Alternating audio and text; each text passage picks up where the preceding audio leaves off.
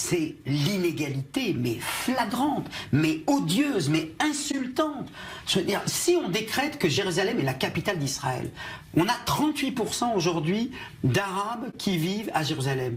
Vous avez 38% des budgets, vous avez 30%, vous avez 25%, vous avez 20%, vous avez la moitié encore, à peine 10% des budgets. Et ça, mais c'est une honte. Ça, c'est inconcevable. Ça, c'est vraiment la tâche. C'est ça qui met en quelque sorte en péril la vocation d'Israël à vouloir établir sa souveraineté sur l'ensemble de la ville, dans la mesure où elle est incapable de pratiquer une autre politique que celle de la discrimination, mais ouverte, manifeste, sans aucun état d'âme. C'est volontaire, c'est politique. Bien entendu, c'est volontaire. Regardez, quand on voit des chiffres concernant le développement de Jérusalem, on va vous dire 20 000 unités de logement, 30 000 nouvelles écoles, etc.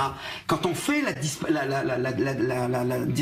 proportion entre qu'est-ce qui est construit du côté arabe, qu'est-ce qui est construit du côté juif, mais c'est pitoyable, mais c'est honteux.